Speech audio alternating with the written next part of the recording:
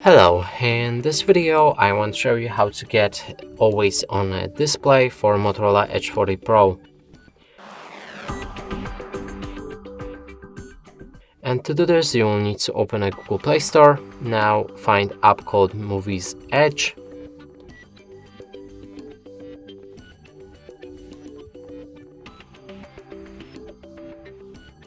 Install it.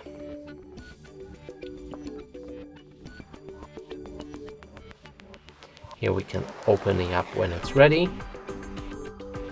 Now we'll need to give it a few permissions, so there's a draw over the other apps. Find Muviz Edge and allow it. Now go back.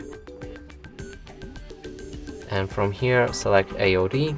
Choose your favorite picture for AOD. In this case, let's go for this clock. Then select apply.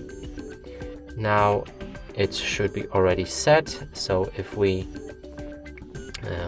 let's try that again actually, just to make sure. If we lock our phone, we should get this clock on our AOD.